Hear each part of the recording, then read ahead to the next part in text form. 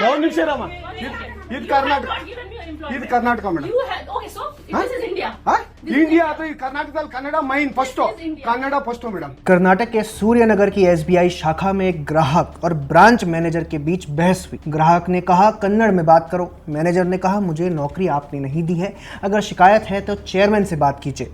Video viral हुआ, माहौल भड़का और देखते ही देखते उस मैनेजर का ट्रांसफर कर दिया गया। अब सवाल ये है, क्या ये भाषा का अपमान था या एक नए कर्मचारी की सीखने की जद्दोजहद? एसबीआई जैसी संस्था में हर दिन हजारों ग्राहक आते हैं, हर कोई एक अलग भाषा, अलग ज़रूरत, अलग पृष्ठभूमि से।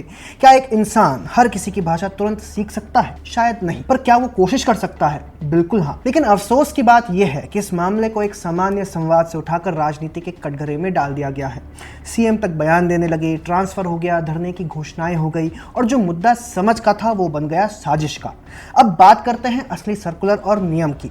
2010 से ही भारत सरकार का डिपार्टमेंट ऑफ फाइनेंशियल सर्विसेज और आरबीआई ये दिशा निर्देश दे चुके हैं कि कस्टमर फेसिंग रोल्स में जो स्टाफ नियुक्त किए जाएं उसे उस राज्य की स्थानीय भाषा का ज्ञान होना चाहिए।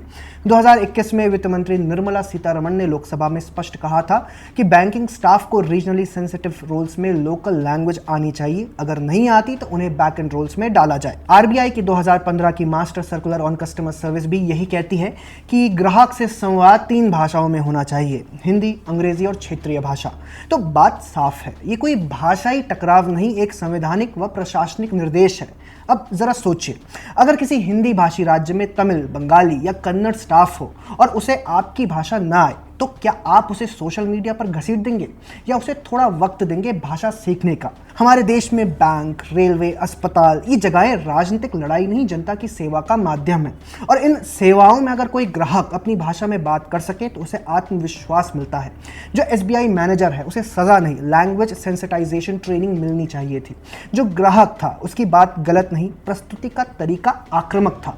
और जो नेता हैं उन्हें इसे सुलझाने का काम करना चाहिए, भड़काने का नहीं। भारत की विविधता उसकी पहचान है और हर भाषा में एक जैसी गरिमा होनी चाहिए, लेकिन भाषा सिखाई जाए, धमकाई ना जाए। अब आप बताइए, क्या आप चाहते हैं कि बैंक, हॉस्पिटल और संस्थाएं राजनीति से नहीं समझ से चलें? कमेंट में अपनी राय जरूर दें। जय हिंद।